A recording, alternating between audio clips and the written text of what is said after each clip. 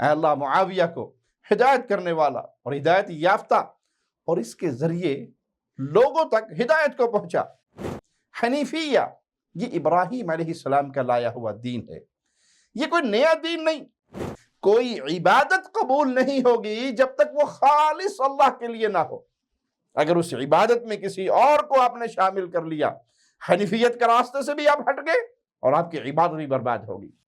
آپ نمازیں پڑھیں، روزے رکھیں، حج کریں، زکوٰۃ دیں، صدقہ کریں، خیرات کریں، یتیموں کو اپنے بیٹوں کی طرح پالیں، مسکینوں اور لاوارثوں کے سہارا بنیں، آپ اپنا مال نچھاور کر دیں دنیا پر اللہ کے بندوں پر، لیکن اگر آپ کے عقیدے میں شرک ہوگا تو آپ کی یہ ساری عبادتیں بیکار ہوگی۔ السلام علیکم ورحمۃ اللہ وبرکاتہ۔ ان الحمد للہ نحمده ونستعینه ونستغفره ونعوذ باللہ من شرور انفسنا ومن سیئات اعمالنا من يهده الله فلا مضل له ومن يضلل فلا هادي له أشهد أن لا إله إلا الله وحده لا شريك له وأشهد أن محمدا عبده ورسوله أما بعد۔ شیخ الاسلام امام محمد رحمہ اللہ نے قواعد اربع کا دوسرا مقدمہ لکھا اور اس میں بیان کیا کہ اللہ تعالیٰ نے انسانوں کو اپنی عبادت کے لیے پیدا کیا، اور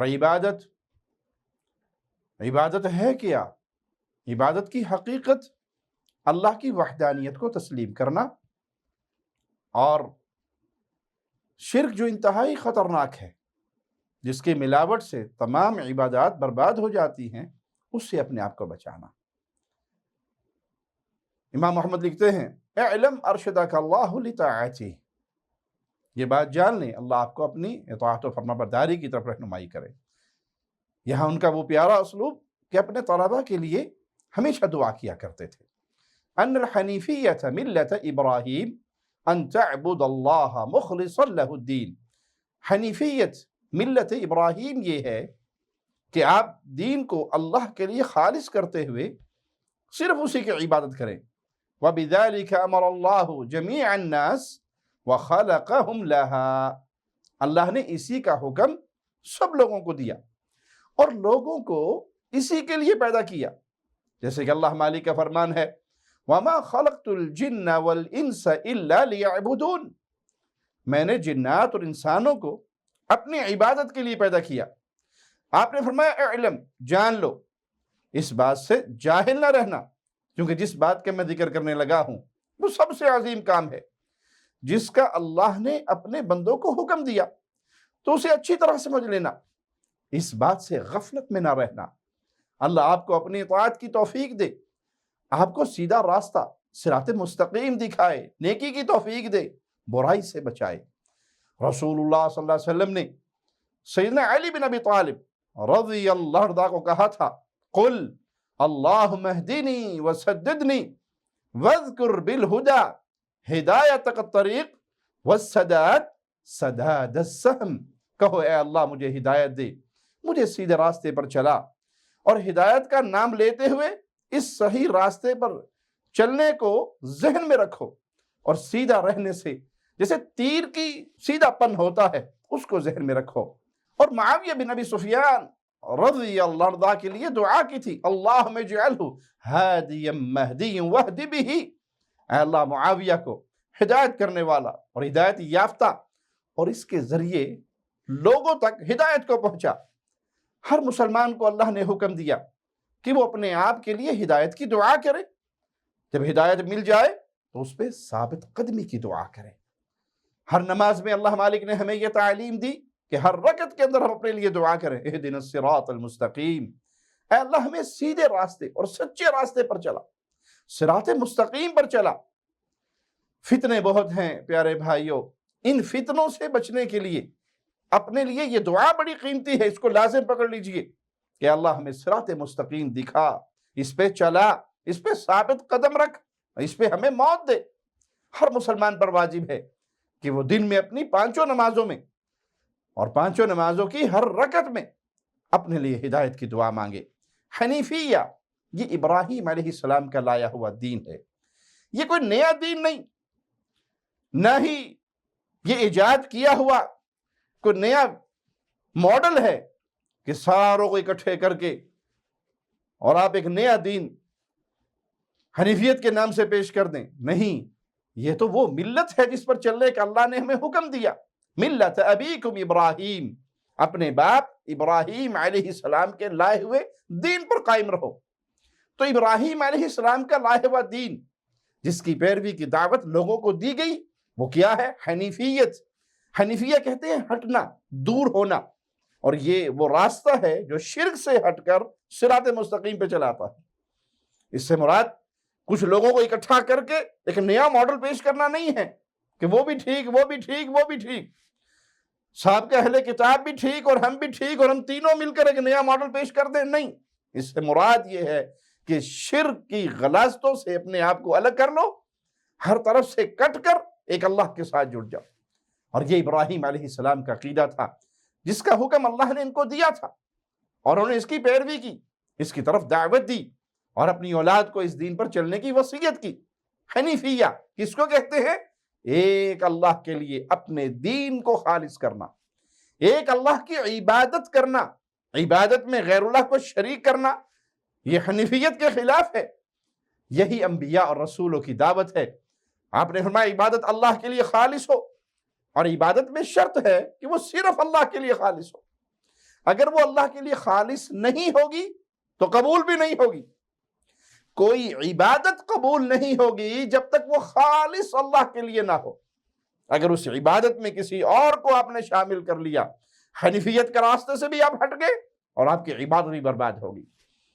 اس بات کا حکم ساری انسانیت کو دیا گیا، سب لوگوں پر واجب ہے. اس میں کسی کو کوئی رعایت نہیں ہے کہ کوئی خاص طبقہ ہے جنہیں رعایت ہے، وہ اپنی عبادت میں اوروں کو بھی شریک کر لیں تب بھی ان کی قبول ہو جائے گی، ان کے اعمال قبول ہو جائیں گے.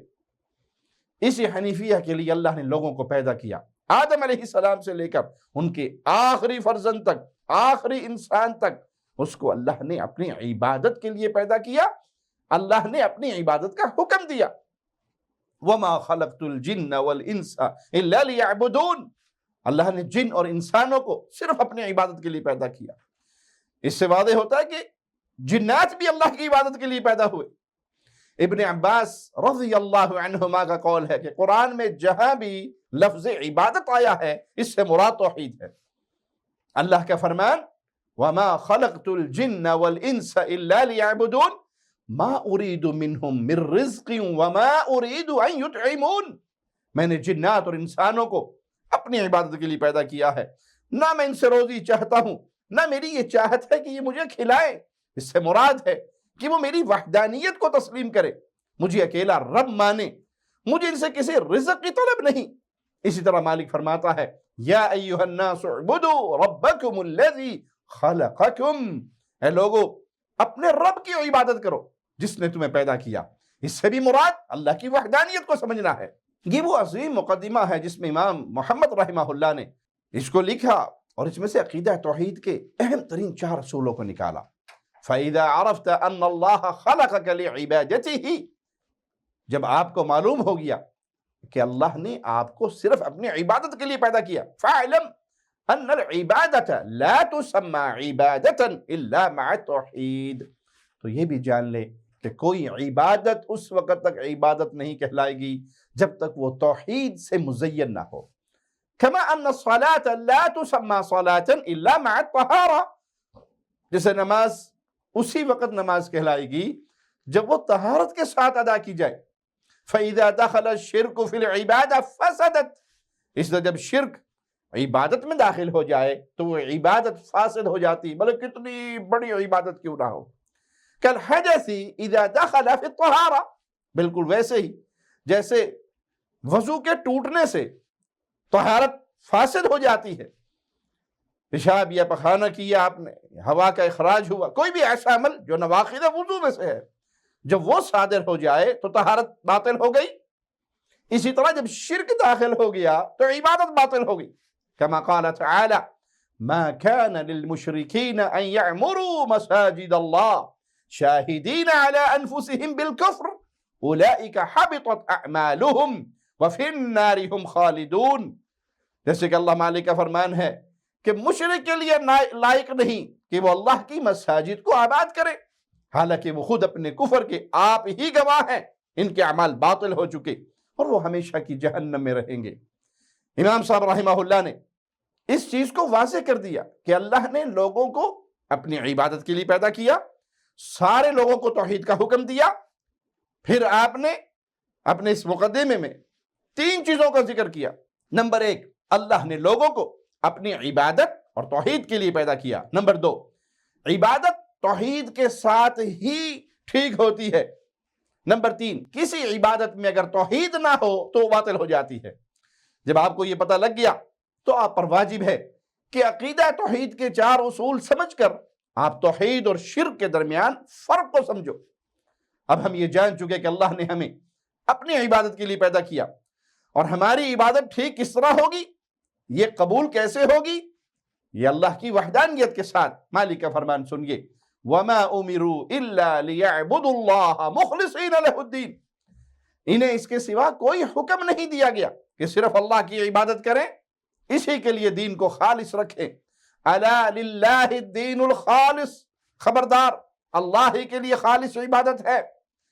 فَاعْبُدِ اللَّهَ مُخْلِصًا لَهُ الدِّينَ، بس آپ اللہ ہی کے لیے دین کو خالص کرتے ہوئے اسی کی عبادت کریں۔ اور نبی کریم صلی اللہ علیہ وسلم ہر نماز کے بعد یہ ذکر کیا کرتے تھے، لا الہ الا اللہ ولا نعبد الا ایاہ لہ النعمت ولہ الفضل ولہ الثناء الحسن، لا الہ الا اللہ مخلصین لہ الدین ولو کرہ الکافرون۔ اللہ کے سوا کوئی الہ معبود نہیں، الہ برحق معبود برحق صرف اللہ ہے، ہم اس کے سوا کسی کی بندگی نہیں کرتے۔ ہر طرح کی نعمت، سارا فضل و کرم اسی کا ہے، خوبصورت تعریف کا حقدار بھی وہی ہے۔ اللہ کے سوا کوئی معبود برحق نہیں، ہم اس کے لیے دین میں اخلاص رکھنے والے ہیں۔ اگرچہ کافروں کو یہ چیز بری لگے، لیکن ہم یہ اعلان کرتے ہیں، پیارے نبی صلی اللہ علیہ وسلم ہر نماز کے بعد اس ذکر کو کرتے، اور یہ قیامت تک آنے والے مسلمانوں کے لیے پیغام ہے کہ اپنی عبادت کو خالص رکھنا، اس میں کسی کو شریک نہ ٹھہرانا، اللہ کا شریک نہ بنانا، کیونکہ عبادت تب تک ٹھیک رہے گی، تب تک قبول ہوگی جب تک اس میں توحید ہے۔ ہر عبادت قبول نہیں ہوگی، آپ نمازیں پڑھیں، روزے رکھیں، حج کریں، زکوٰۃ دیں، صدقہ کریں، خیرات کریں، یتیموں کو اپنے بیٹوں کی طرح پالیں، مسکینوں اور لاوارثوں کے سہارا بنیں، آپ اپنا مال نچھاور کر دیں دنیا پر اللہ کے بندوں پر، لیکن اگر آپ کے عقیدے میں شرک ہوگا تو آپ کی یہ ساری عبادتیں بیکار ہوگی۔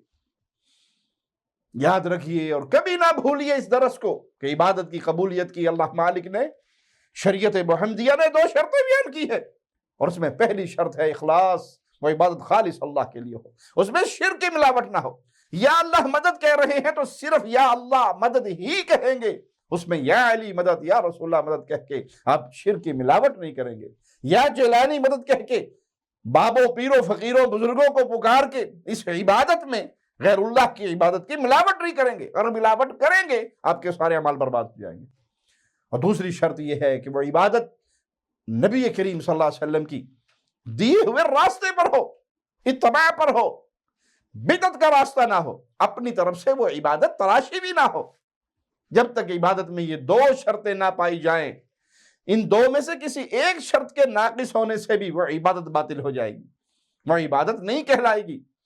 تو عبادت قبول کس کی ہوگی؟ جو موحد ہو، جو متبع سنت ہو۔ مثال کے طور پہ کوئی شخص روزہ رکھتا ہے، رمضان کی گرمیوں کے دن ہیں اور لمبے روزے ہیں، اور وہ بڑے خوشی و خضوع سے روزہ رکھا ہوا ہے، لیکن وہ 7 قبروں کا طواف کرتا ہے، وہ 7 مردوں کو راضی کرنے کے لیے ذبح کرتا ہے، وہ یا علی مدد، یا رسول اللہ مدد کے نعرے لگا کر اللہ کی عبادت میں، اس دعا میں جو عبادت ہے خالصتاً غیر کو شریک کرتا ہے، کیا اس کا یہ روزہ قبول ہوگا؟ نہیں، قطعاً، کیونکہ اس کے عمل میں شرک آ گیا تو اس کی عبادت برباد ہوگی۔ کوئی صدقہ کرتا ہے، نیکی کرتا ہے، 7 قبروں پر سجدے کرتا ہے، اللہ کی عبادت میں غیروں کو شریک ٹھہراتا ہے، اب اس کی نیکیوں کے انبار بھی کیوں نہ ہو تو وہ سارے کے سارے برباد ہو گئے۔ تو بھائی، عبادت قبول ہوگی توحید کے ساتھ، شیخ الاسلام امام محمد رحمہ اللہ نے بڑی پیاری مثال دی تاکہ لوگوں کو بات جلدی سے سمجھ آ جائے کہ انسان کی نماز طہارت کے بغیر قبول نہیں ہوتی. کوئی شخص نماز پڑھے وضو نہ کرے، مسلمانوں کا بچہ بچہ جانتا ہے کہ اس کی یہ نماز قبول نہیں ہوگی. کیوں؟ اس نے طہارت کے بغیر نماز پڑھی ہے. اور نماز کے لیے وضو کرنا شرط ہے. تو پیارے بھائی، اس چھوٹے سے وضو کے نہ ہونے سے ساری رات قیام کرتا رہے کوئی بندہ، اور اس کی وہ نماز ہر مسلمان مانے گا کہ قبول نہیں، کیونکہ اس نے طہارت کی شرط کو پورا نہیں کیا. تو اتنا عظیم عقیدہ توحید، اس کو چھوڑ کر شرک کی غلاظتوں کو ساتھ اس نے لگایا ہوا ہے. اب وہ جو مرضی نیکی کرتا رہے، اس کا کوئی عمل بھی اللہ کے ہاں قبول نہیں ہوگا. آپ کے سامنے کتنی بڑی شخصیت کیوں نہ ہو، امام کعبہ بھی ہو، اور آپ دیکھ رہے ہیں کہ وہ باتھ روم سے نکلے ہیں، واش روم سے نکلے ہیں قضاء حاجت کر کے، جہاں وضو کا کوئی انتظام نہیں ہے، باہر آ کے انہوں نے وضو کرنا ہے، اور وہ وضو کیے بغیر مصلی پہ کھڑے ہو گئے. اتنی بڑی شخصیت بھی ہو، جن کے پیچھے نماز پڑھنے کے لیے آپ ترستے ہیں، جن کی تلاوت سننے کے لیے ترستے ہیں، لیکن جب آپ کو یہ یقین ہو کہ یہ بغیر وضو کے مصلی پہ کھڑے ہوئے ہیں، تو کیا خیال ہے ان کے پیچھے نماز پڑھیں گے؟ نہیں، کیونکہ انہوں نے وضو طہارت کی شرط کو توڑا ہے. تو پیارے بھائی، جو شخص غیر اللہ کو پکارتا ہے، غیر اللہ کے لیے نظر و نیاز دیتا ہے، غیر اللہ پر امیدیں اور بھروسے کرتا ہے، مشکلات اور مصیبتوں میں ان کے نام کی دعائیں دیتا ہے، ان کے لیے ذبح اور قربانی اور نظر و نیاز، یہ عبادات میں ان کو شریک کر رہا ہے. اب وہ لاکھوں روپے لگا کر حج کرے، وہ قربانیوں کے بڑے بڑے جانور خرید کے ذبح کرے، وہ یتیموں بیواؤں کا سہارا بنے، تو اس کے سارے اعمال برباد ہو جائیں گے. اسی طرح بے وضو کے نماز پڑھانے والے کے پیچھے کوئی شخص نماز پڑھنے کے لیے تیار نہیں ہوگا، تو بغیر توحید کے شرک کی غلاظتوں سے لپٹا ہوا شخص مصلی پہ کھڑا ہو جائے، اور آپ یہ کہیں کہ اس نے اپنی پڑھنی ہے اور میں نے اپنی پڑھنی ہے، تو اس مشرک کے پیچھے نماز کیسے ہو جائے گی؟ نماز کے لیے طہارت شرط ہے، ایمان بننے کے لیے عقیدہ توحید شرط ہے، عبادات کی قبولیت کے لیے عقیدہ توحید شرط ہے، وگرنہ سارے اعمال برباد ہو گئے. فَإِذَا عَرَفْتَ أَنَّ الشِّرْكَ إِذَا خَالَطَ الْعِبَادَةَ أَفْسَدَهَا وَأَحْبَطَ الْعَمَلَ، جب آپ کو یہ پتہ لگ گیا کہ اگر شرک کی ملاوٹ عبادت کے ساتھ ہو تو وہ اس عبادت کو باطل کر دیتی ہے، تمام اعمال کو باطل کر دیتی ہے. وَصَارَ صَاحِبُهُ مِنَ الْخَالِدِينَ فِي النَّارِ، اور ایسی عبادت کرنے والے کا ٹھکانہ ہمیشہ کی جہنم ہے. عرفت ان اہم ما علیک معرفت ذلك لعل اللہ ان یخلصک من هذه الشبکہ وہی الشرک باللہ. تو آپ کو یہ بھی معلوم ہو گیا کہ آپ پر سب سے اہم فریضہ اسی شرک کی جانکاری، اس شرک کا علم حاصل کرنا، تاکہ اللہ آپ کو اس شرک کے جال سے بچائے. یہ جال بڑا خطرناک ہے. وَذَلِكَ بِمَعْرِفَةِ 4 قواعد ذکرها اللہ تعالی فی کتابی، اور یہ کام ان 4 اصولوں کی معرفت سے ہو سکتا ہے جن کا ذکر اللہ تعالیٰ نے اپنی کتاب یعنی قرآن حکیم میں کیا. شرک ہونے سے کیا ہوتا ہے؟ عبادت باطل ہو جاتی ہے، کوئی بھی عمل قبول نہیں ہوتا، شرک کرنے والے کا ٹھکانہ ہمیشہ کی جہنم بن جاتا ہے. یہ شرک کی سنگینی، خطرناکی، اس سے بچنا کیسے ہے؟ وہ 4 اصول سیکھ کر، جسے امام محمد رحمہ اللہ نے بیان کیا. کسی بھی عمل میں شرک کی ملاوٹ ہو جائے وہ اس عمل کو باطل کر دیتی ہے. اللہ کے لیے ذبح کرنے والا اگر کسی قبر پر ایک مرغے کی نیاز دیتا ہے، شاہ جمال ککڑ گھینتے پتر ڈے رتا رال، تو اس کی ساری عبادتیں برباد ہو گئی. کیوں؟ اس نے اپنے عمل میں غیر اللہ کی عبادت کی ملاوٹ کر کے اپنے نیک اعمال کا بیڑا غرق کر لیا. وَلَقَدْ أُوحِيَ إِلَيْكَ وَإِلَى الَّذِينَ مِنْ قَبْلِكَ لَئِنْ أَشْرَكْتَ لَيَحْبَطَنَّ عَمَلُكَ وَلَتَكُونَنَّ مِنَ الْخَاسِرِينَ. اے محمد صلی اللہ علیہ وسلم، آپ کی طرف بھی اور آپ سے پہلے کے نبیوں کی طرف بھی یہ وحی کی گئی، اگر آپ نے شرک کیا تو بے شک آپ کا عمل ضائع ہو جائے گا، آپ خسارہ پانے والوں میں سے ہو جائیں گے. نعوذ باللہ ثم نعوذ باللہ. امام الانبیاء، امام الموحدین، محمد الرسول اللہ صلی اللہ علیہ وسلم، جنہوں نے توحید کو پھیلانے کے لیے وہ عظیم قربانی دی جس کی کوئی مثال نہیں مل سکتی، ان کو یہ کہا جا رہا ہے اگر آپ نے شرک کیا آپ کے عمل برباد. ان کو کہہ کر قیامت تک آنے والی انسانیت کے کان کھولنا میرے مالک کا مقصود ہے اس میں کہ لوگوں، یہ شرک اتنا بڑا جرم ہے، امام الانبیاء سے بھی سرزد ہو گیا تو ان کے اعمال برباد ہو جائیں گے، تو دنیا میں اور کون ہے جو شرک بھی کرتا رہے اور اس کے عمل بھی قبول ہوتے رہے؟ شرک ہر طرح کے نیک عملوں کا بیڑا غرق کر دیتا ہے، اور شرک کرنے والے کا ٹھکانہ ہمیشہ کی جہنم ہے۔ مالک کا فرمان سنیے، ان اللہ لعن الکافرین وعد لهم سعیرا خالدین فیہا ابدا۔ اللہ نے کافروں پر لعنت کی ہے، ان کے لیے بھڑکتی ہوئی آگ تیار کر رکھی ہے جس میں وہ ہمیشہ رہیں گے۔ مزید سنیے، مولا فرماتا ہے، انہو من یشرک باللہ فقد حرم اللہ علیہ الجنہ ومأواہ النار۔ یقیناً جو شخص اللہ کے ساتھ شرک کرتا ہے، اللہ نے اس پر جنت حرام کر دی، اس کا ٹھکانہ جہنم ہے۔ مزید سنیے مولا کیا فرماتا ہے، یریدون ان یخرجوا من النار وما هم بخارجین منہا وَلَهُمْ عَذَابٌ مُقِيمٌ۔ یہ چاہیں گے کہ دوزخ میں سے نکل جائیں، لیکن یہ ہرگز اس میں سے نکل نہ سکیں گے، ان کے لیے ہمیشہ ہمیشہ کا عذاب ہے۔ ان اللہ لا یغفر ان یشرک بہ ویغفر ما دون ذلک لمن یشاء۔ قانون الہی سنیے، مالک فرما رہا ہے، یقیناً اللہ تعالی اپنے ساتھ شرک کیے جانے کو، اس جرم کو نہیں بخشتا، اور اس کے سوا جس کا جو گناہ چاہے بخش دیتا ہے۔ شرک ایسا گناہ ہے جو معاف نہیں کیا جائے گا۔ اگر توبہ کیے بغیر انسان مر جائے حالت شرک میں، شرک اکبر کرتا ہوا گیا، تو اس کا ہمیشہ ہمیشہ کا ٹھکانہ جہنم ہے۔ انسان پر واجب ہے کہ توحید کو سمجھے، توحید کی ضد کو بھی سمجھے، اللہ کی وحدانیت کو سمجھے، اور اللہ کے ساتھ جو شرک کیا جاتا ہے اسے سمجھے۔ جب آپ کو یہ بات پتہ چل جائے کہ اللہ نے ہمیں اپنی عبادت کے لیے پیدا کیا، اور عبادت توحید کے ساتھ قبول ہوتی ہے، شرک کی وجہ سے عبادت باطل ہو جاتی ہے، تو اپنی عبادات کو صحیح کیجئے، اپنی عبادات کے مفہوم و معانی کو سمجھیے، اور شرک کے اس جال کو سمجھیے۔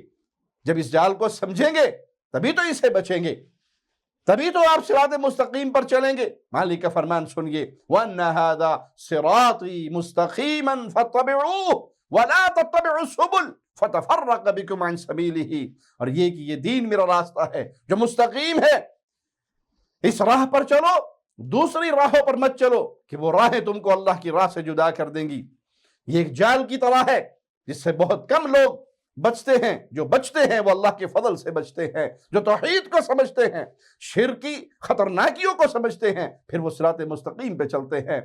مالک کا فرمان ہمیشہ یاد رکھیے، وَلَكِنَّ أَكْثَرَ النَّاسِ لَا يُؤْمِنُونَ۔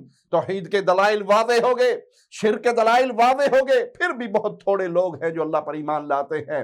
وَمَا يُؤْمِنُ أَكْثَرُهُمْ بِاللَّهِ إِلَّا وَهُمْ مُشْرِكُونَ۔ ان میں سے اکثر لوگ اللہ پر ایمان رکھنے کے باوجود بھی وہ مشرک ہیں۔ اس جال سے بچنے کے لیے امام محمد وہاب رحمہ اللہ نے ہمیں 4 اصول بتائے۔ ان اصول کو سیکھنے سے ہمیں توحید کا پتہ چلے گا اور شرک کا بھی، تاکہ ہم توحید پہ باقی رہیں، اللہ کے فضل سے شرکی غلاستوں سے بچے۔ اور یہ 4 اصول، ان کا ذکر قرآن مجید میں ہوا ہے۔ تو یہاں سے یہ بات بھی سمجھ آتی ہے کہ امام محمد رحمہ اللہ اپنی طرف سے کوئی نئی چیز نہیں ایجاد کر کے گئے، بلکہ لوگوں کو کتاب و سنت کی طرف بلاتے تھے، لوگوں کو توحید کی طرف بلاتے تھے، لوگوں کو اللہ کی کتاب سے جوڑتے تھے، رسول اللہ کے فرامین سے جوڑتے تھے۔ ان کی کتابوں میں کوئی اپنی رائے، اپنا بنایا ہوا کوئی منہج، اپنی بنائی ہوئی کوئی سوچ نہیں تھی، بلکہ وہ کتاب و سنت کے دلائل کے ساتھ مزین کر کے عوام الناس کے لیے، طالب علموں کے لیے وہ عظیم خزانہ چھوڑ کر گئے، جس پر چل کر انسان اہل توحید کی صف میں باقی رہ سکتا ہے۔ اللہ سے دعا ہے اللہ اپنی رحمت سے، اپنے فضل سے، اپنے کرم سے ہمیں کتاب و سنت پر چلنے والا، کتاب و سنت کی دعوت کو عام کرنے والا بنائے۔ اقول قولی ھذا واستغفر اللہ لی ولکم ولسائر المسلمین۔